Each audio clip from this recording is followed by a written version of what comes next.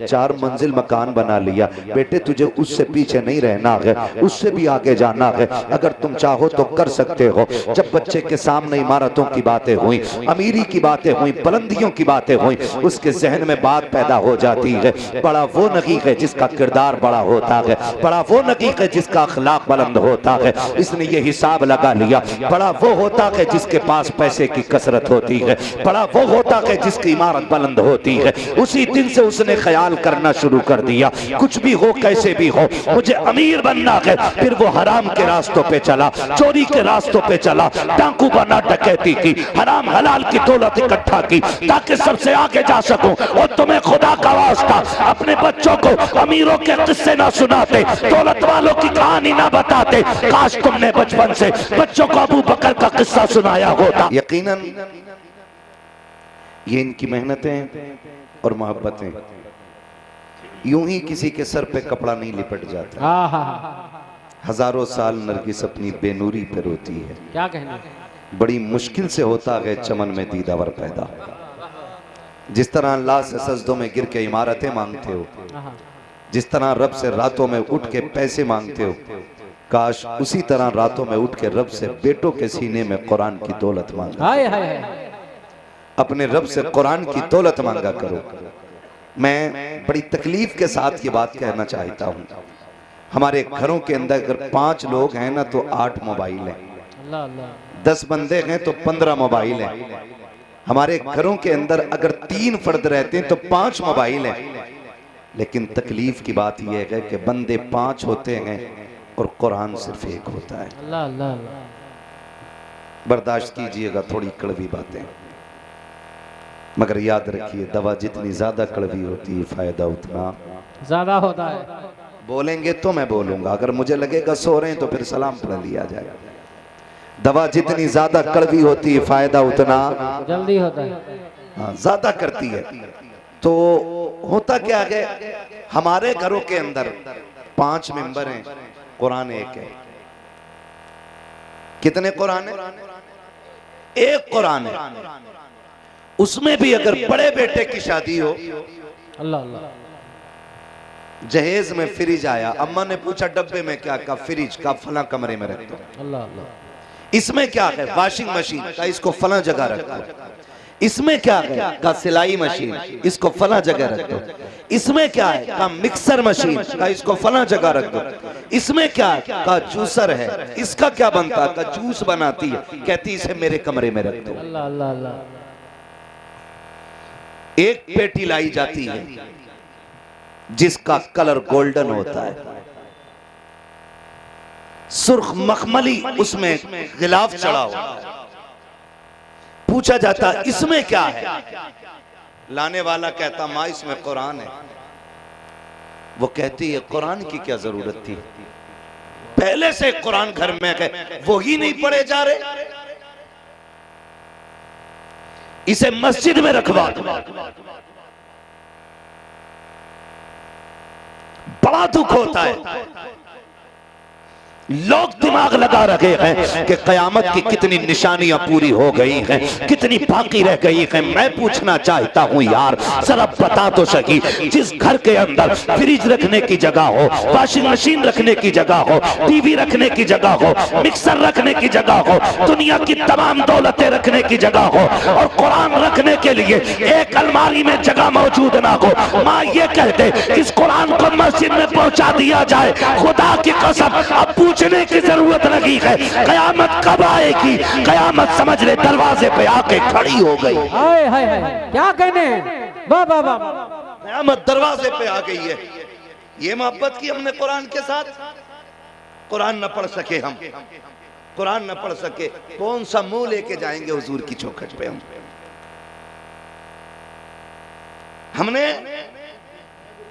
हमने असल ये समझ रखा था कि बरकत ना हो तो पीर जी से तावीज ले, अल्लाह अल्लाह अल्लाह, बरकत ना हो तो फला कलंदर से दुआ करा लो। तू ये क्यों भूल गया कि बरकत ना हो तो घर में कुरान खोल के पढ़ना शुरू। हाय हाय हाय, पढ़ते हम लोग कुरान शरीफ, माफ कीजिएगा, या तो तीजे में कुरान खुलता है, या 40वें में खुलता है, या रूह अटक जाती है सीने में आके, तब कुरान खोला जाता है। हक हक और या फिर घर में जिन्न आ जाए और पीर साहब कहते हैं सूरे बकरा पढ़, फिर सूरे बकरा पढ़ी जाती है। इससे पहले कि तेरे सरहाने पे बैठ के कुरान पढ़ा जाए, हाय हाय हाय, तो कुरान को सीने पे रखा जाने वाला तावीज बना ले, सुभान अल्लाह सुभान अल्लाह। वरना खैरियत नहीं है, खैरियत नहीं है। कुरान से प्यार कीजिए, कुरान से मोहब्बत कीजिए। ये जो 3 हाफिज कुरान आपके सामने बैठे हैं, ये इतनी आसानी से हाफिज नहीं बन गए। आज दुख होता है, हम ना अपने बच्चों को कुत्ता बिल्ली पढ़ाने के लिए 12 घंटे देते हैं। अल्लाह अल्लाह, कितने घंटे? 12 घंटे। और आके कहता अब्बू सुनाऊं, A for apple, B for bed. जब आके बताता है तो कहता मौलवी सुनो, मेरे बेटे को 100 तक गिनती याद है। क्या ही अच्छा होता तू हाथ पकड़ के लाके कहता सुन, मेरे बेटे को कुरान की 10 सूरतें याद हो गई। सुभान अल्लाह सुभान अल्लाह।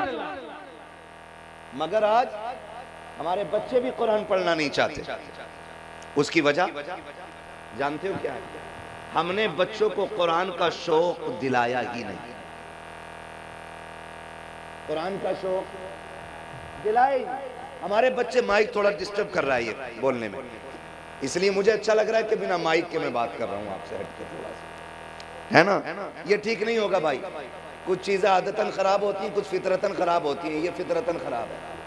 अल्लाह अल्लाह, इसके पेज खींचोगे ठीक नहीं होता। अल्लाह अल्लाह। ये जितना बोल रहा है बहुत अच्छा बोल रहा है, सुभान इसको अल्लाह, ऐसे ही रहने दीजिएगा। सुभान अल्लाह सुभान अल्लाह। ठीक है ना? बहुत अच्छा आपका साउंड है, तवज्जो है आप लोगों को। ये कब बिगाड़ पैदा होता है? आप सुने तारिफ भाई, हमारे बच्चे होश संभालते हैं जी, तो हम अपने बच्चे को बैठा के कहते हैं वो देख रहा बुद्धा की हवेली।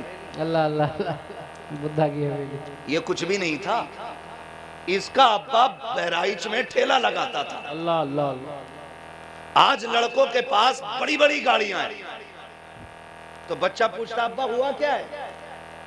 कहता बेटे इसने 6 महीने में इतनी मेहनत की कि इतना अमीर बन गया ये। भाई इसको ऐसे ही रहने दे, मैंने कह दिया ना रहने दे। कभी कभी कुछ बीमारियों को छेड़ते हैं तो नासूर बन जाती है। हाँ, इसको ऐसे ही रहने दीजिए, बहुत अच्छा बोल रहा है, मैंने कह दिया। ठीक है, कारी तसद्दुक साहब के बुला तवज्जो है ना? अल्लाह करे अगली बार माइक अच्छा लगेगा, है ना? इंशाअल्लाह, वरना हिसाब आपसे लिया जाएगा। तो हम बच्चों को क्या सिखाते हैं? ये जो हवेली है ना, ये बुद्धा की हवेली आज 3 मंजिल बनी खड़ी है। इसके दादा ठेला लगाते थे।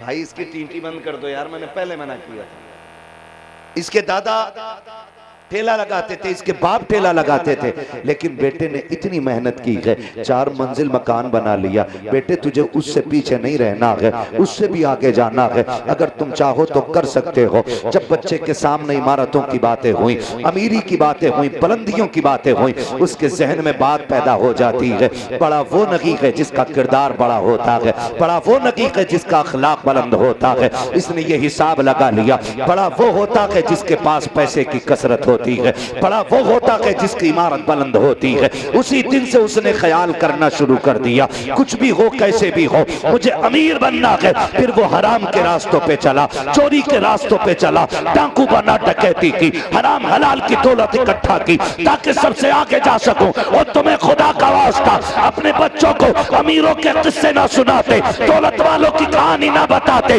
काश तुमने बचपन से बच्चों को अबू बकर का किस्सा सुनाया होता, उमर की दास्तान सुनाई होती, उस्मान का इश्क बताया होता, अली की शुजाअत दिखाई होती, करबला वालों का इश्क बताया होता, बिलाल की मोहब्बत बताई होती। आज मेरा बेटा भले अमीर बनता ना बनता, मुस्तफा के दर का फकीर जरूर बन के नजर आ जाता। नारे तकबीर, नारे रिसाला, कुछ लगे आला हजरा औलाद इमाम हुसैन मुफ्ती हम्माद साहब किबला हक के खिताबा। वाह वाह, बहुत अच्छा, वाह वाह, सुभान अल्लाह सुभान अल्लाह।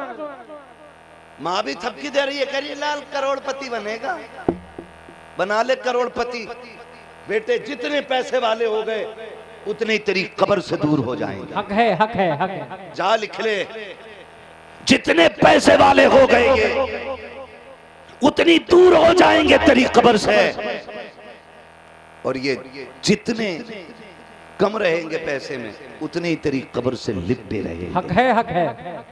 मैं किसी को गरीब रहने की दुआ नहीं दे रहा हूं, मगर मैं कुछ बताना चाहता हूं आपसे। खुदारा आज सब चीज करें, हम भी बोल रहे हैं अल्लाह भेज दे सलाहुद्दीन अय्यूबी को, भेज कोई सलाहुद्दीन आ जाए। लेकिन जब मैं ये कहता हूँ खुदा की कसम, सीधी जाके आंखें टकराती हैं उसी बैतुल मुकद्दस की चौखट से जहाँ कल सलाहुद्दीन अय्यूबी ने 70,000 की फौज लेकर के कयाम किया था और सामने दुश्मनों की तादाद खड़ी थी। उस वक्त में सलाहुद्दीन अय्यूबी ने कहा था हल्के में मत लेना, मैंने बगदाद वाले की दरसगाह में तालीम हासिल की है, और ये जो 70,000 लोग आए हैं इन्हें बदअकीदा ना समझना, ये सारे गौस के जागने वाले लोग हैं। और फिर दुनिया ने देखा था उन्हीं 70,000 ने बैतुल मुकद्दस पर मुस्तफा की अज़मत का परचम, खुदा की वहदानियत का परचम लहराया था, और सारे लोग हाथ जोड़े खड़े थे। दुश्मनों के हाथों में हथकड़ियां हैं, गर्दनें झुकी थी। एक दुश्मन ने खड़े होकर कहा था सलाहुद्दीन कितना खुश हो रहा है, आज बैतुल मुकद्दस फतह कर लिया है, तो क्या हो गया है, कल हम फिर छीन लेंगे। आपने कहा था अगर तुम फिर छीनोगे खुदा फिर सलाहुद्दीन अय्यूबी भेज देगा। तो जानते हो उस यहूदी ने बड़ी बात कही थी, उसने कहा था सलाहुद्दीन ये तेरा ख्याल है कि तेरे बाद कोई सलाहुद्दीन आएगा, का फिर का हम तुम्हारी कौम से वो माओ की गोद की गैरत छीन लेंगे। आज के बाद कोई माँ किसी सलाहुद्दीन को पैदा नहीं कर पाएगी। ये यहूदी ने कहा था का क्या करोगे कि तुम्हारे घरों के अंदर गाने पहुंचा देंगे, गैरत छीन लेंगे, हया की चादरें उतार देंगे, फैशन के नाम पे दुपट्टे उतार दिए जाएंगे, तरक्की के नाम पे कपड़े उतार देंगे, फिर वो रहेंगी तो कलमा पढ़ने वाली, लेकिन किसी एंगल से कनीज़े फातिमा नजर नहीं आएंगी। उसने कहा था सलाहुद्दीन ये तो हम भी जानते हैं, सलाहुद्दीन उनकी गोद में आता है जिनकी नजरों में मुस्तफा की अदा होती है, किरदार में खातून जन्नत की हया होती है। नारे तकबीर, या रसूल अल्लाह, या रसूल अल्लाह, जिंदाबाद। जोर से सारे लोग लब्बैक या रसूल अल्लाह।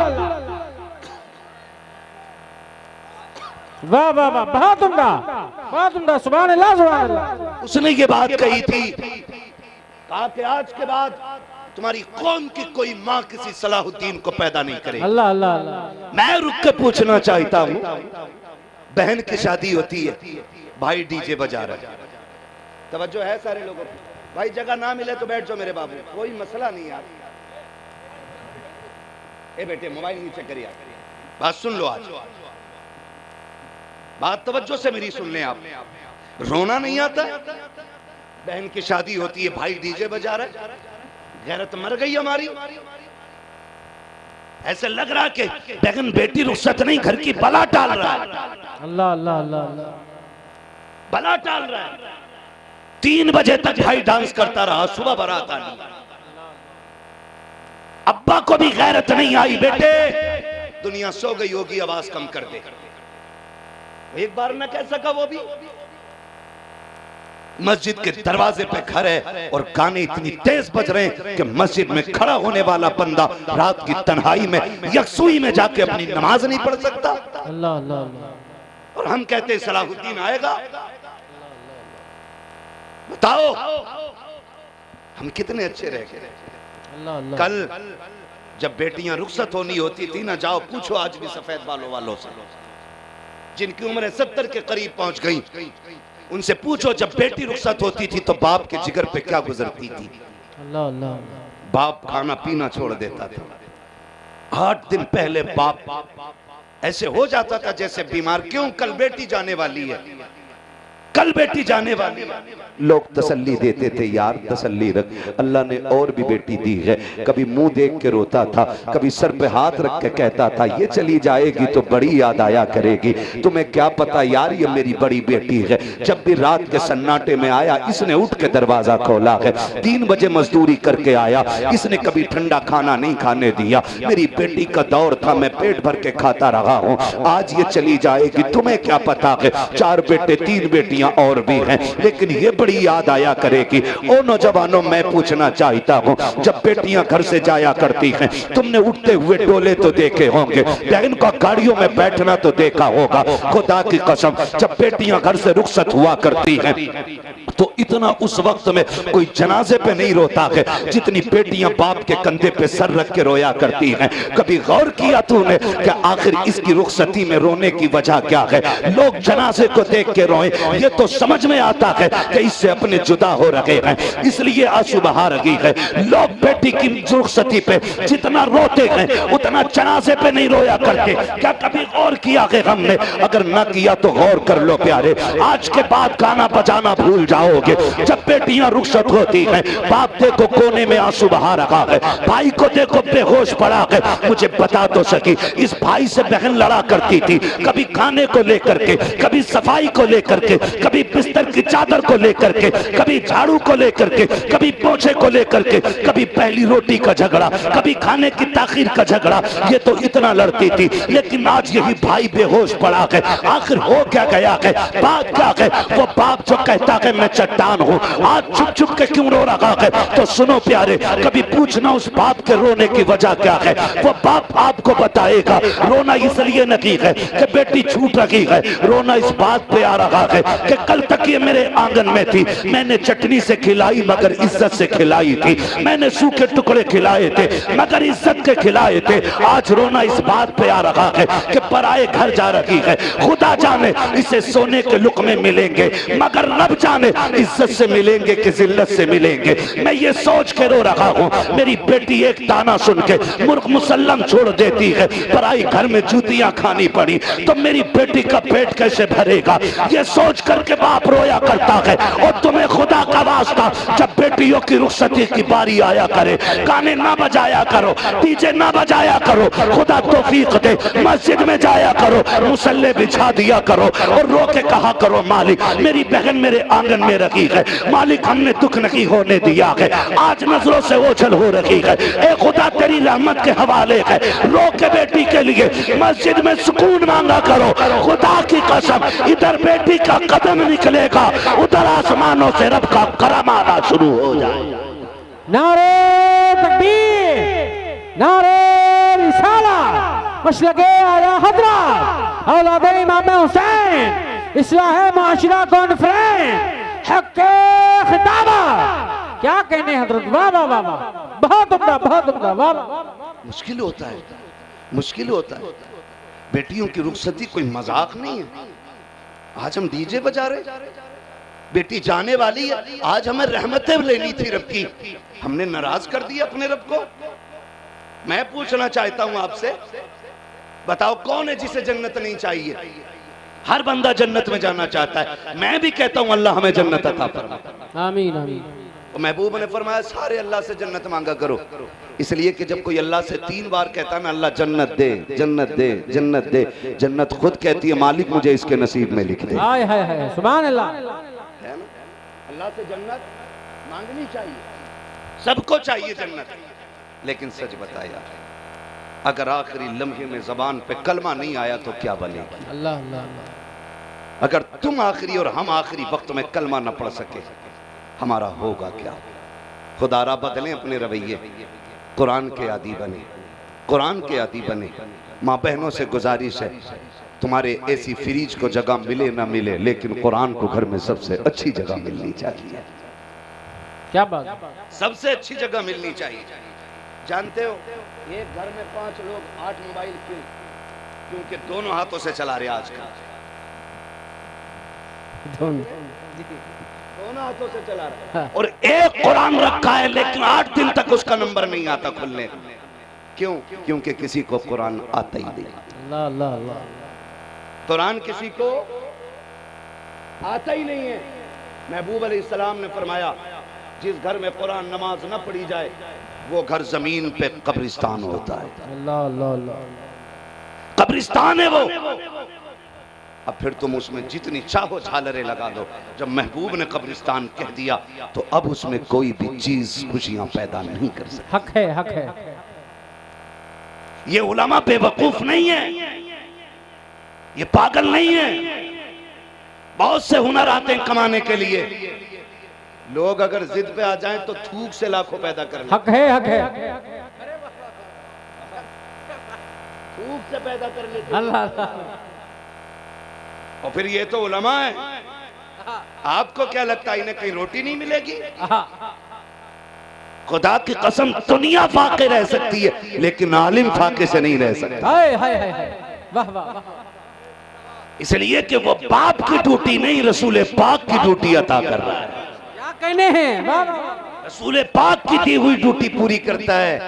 मेरी ड्यूटी पे लगाए हुए कि मुझे फिक्र होगी, तो फिर बता हुजूर ने जिसकी ड्यूटी लगाई है उसको, मदीने वाले को उसकी फिक्र क्यों नहीं? मगर फिर भी ये लोग जंगल में, तन्हाई में, हर हाल में मदरसे कायम करते हैं ताकि हमारे बच्चों के सीने में कुरान आ सके। सुभान अल्लाह, सुभान अल्लाह। बुरा मत मानिएगा, अल्लाह सबको दुल्हन दे। सब जवान हो, सबके चेहरे बने, घर में नेक दुल्हन आए। आमीन आमीन। ये बड़ी बात है, बहुत बड़ी बात है। अल्लाह जवानी दे और जवानी में सेहरा दे और फिर नेक दुल्हन दे दे, तो फिर समझ लो दुनिया में जन्नत है। नेक दुल्हन मिल जाए तो क्या बात है। डर क्यों रहे हो भाई जिसे नहीं मिली है? अल्लाह नेक बीवी दे दुनिया में, जन्नत है। मुफ्ती मोहम्मद हुसैन संभली फरमाया करते थे, अच्छी बीवी मिल जाए तो समझ लो जन्नत की चिड़िया है। क्या बात है। और अगर नेक ना मिले तो समझ लो फिर वो जहन्नम का कौवा है। अल्लाह अल्लाह। हाँ, तो बीवी कैसी होनी चाहिए?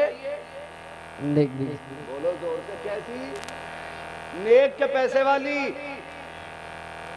यहाँ सारे नेक कह रहे हैं और इनका अब्बा कहेगा वहां कराओ जहां 10 लाख मिले। ऐसा तो नहीं होगा ना?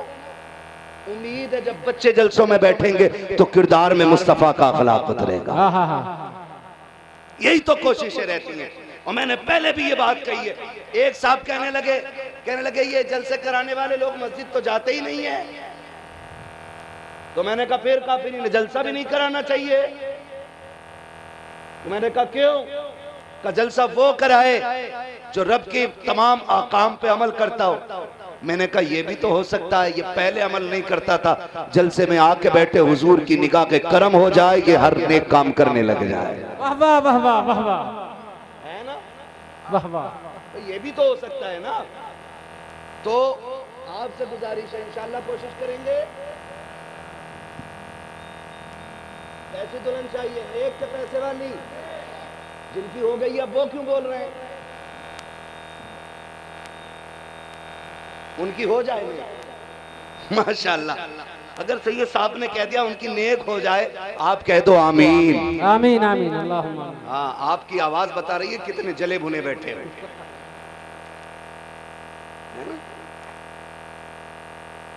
हाँ, बड़ा थका बैठा करो आमीन कि जल्दी कबूल हो, है ना?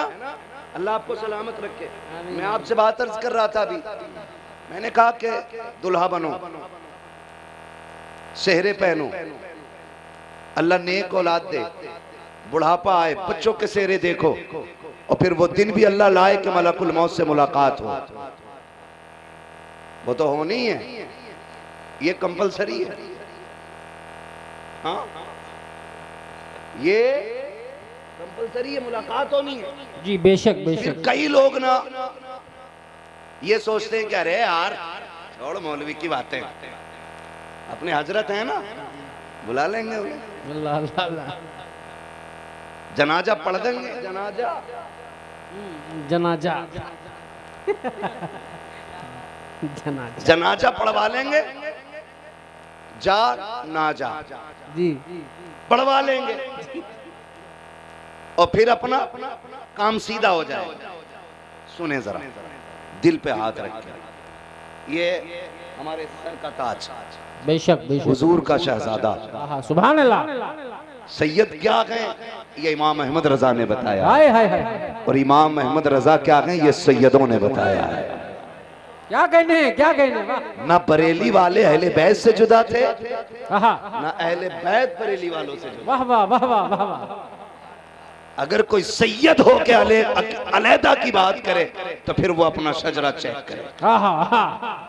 और अगर कोई बरेलवी हो के मुस्तफा की नस्ल को बुरा कहे तो फिर वो अपना शजरा चेक करे। हक है, हक है, हक हक हक, इससे बड़ी बात नहीं होगी मेरे। हक हक हक, हाँ, दोनों अपने शजरे चेक करें। मेरा इमाम कहता है कैसे आकाओं का बंदा हूँ रज़ा, बोल बाले मेरी सरकारों के, सुभान अल्लाह, सुभान अल्लाह, बोल बाले मेरी सरकारों के, है ना तेरी नस्ले पाक में है, बच्चा बच्चा नूर का, तू है ऐने नूर तेरा, सब घराना नूर का। हाँ तो सारी बरेलवी बैठे है ना, क्यों ना हो।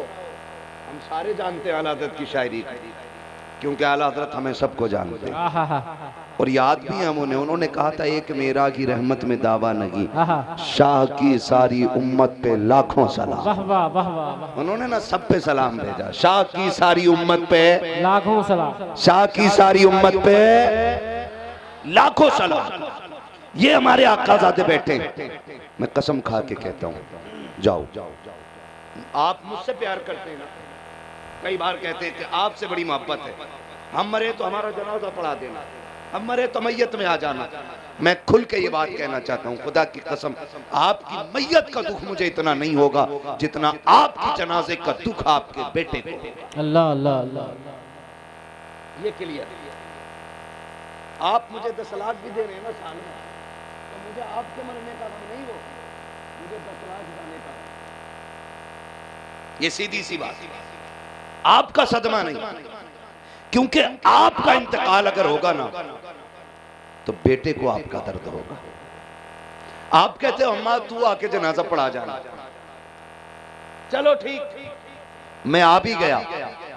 मैंने सोचा अच्छा ये तो यूसुफ भाई का जनाजा है, इन्होंने अच्छा इंतजाम किया था, खाना खिलाया था, चलो भाई बिस्मिल्लाह, उठाया हाथ फॉर्मेलिटी के तौर पे, कितनी भी पक्की नियत कर ली तो खुदा की कसम मुझे दुआएं याद थी, मुझे दुरूद याद थे, मैं तो पढ़ के चला गया, बात खत्म सी हो गई। मगर सोच तो सही, अगर जनाजे में आप लेटे हो, मुसल्ले पे आपका बेटा खड़ा हो, न मेरे सीने में वो दर्द होगा जो आपके बेटे के सीने में दर्द है। आपका बेटा जब मुसल्ले पे आएगा, आपको जनाजे में लेटा हुआ देखेगा, ख्याल आएगा मालिक ये मेरा बाप है, इसने पूरी जिंदगी मजदूरी की ताकि बेटे के सीने में कुरान आ जाए, ये लोगों के धक्के खाता रहा ताकि मेरे सीने में कुरान आ जाए, इसने मेरे लिए लोगों की गालियां सुनी हैं ताकि मैं कुरान से दूर ना हो सकूं। ए मेरे परवरदिगार, पूरी जिंदगी इसने इसलिए मजदूरी की ताकि मैं कुरान पढ़ता पढ़ाता रहूं, आज ये दुनिया से चला गया है, मेरे मालिक में खिदमत ना कर सका।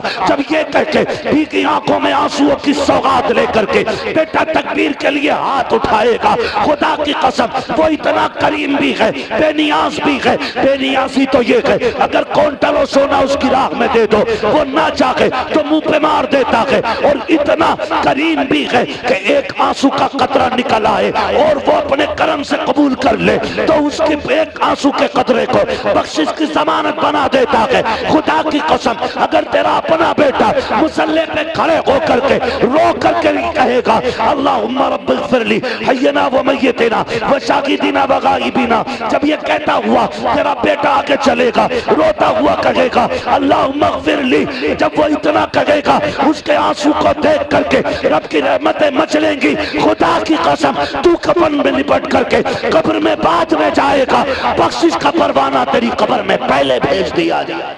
नारे तकबीर, नारे रिसाला, मशलके आला हज़रत औलादे इमाम हुसैन, एजाज़े कुरान, फैज़ाने कुरान, मुफ्ती हम्माद साहब किबला, क्या कहने हैं, बहुत उम्दा। हमारी मुफलिसी दम निकलने लगता है ना तो घर में कोई कुरान पढ़ने वाला नहीं।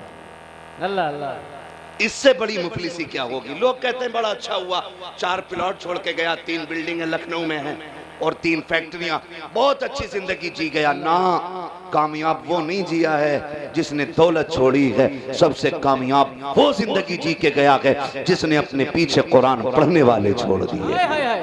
क्या कहने हैं, वाह। सबसे ज्यादा कामयाब वो है हक, हक। जिसने अपने पीछे कुरान वाले छोड़े। हाय, हाय। खुदा की कसम खा के कहता हूँ, ये जितने उलमा बैठे और हिंदुस्तान में जितने भी हैं जिनके माँ बाप चले गए हैं ना, जब भी कभी परदेश से पलटते हैं तो चौखट पे घर की बाद में जाते हैं, माँ की कब्र पे पहले जाए। हाय हाय हाय। अल्लाह।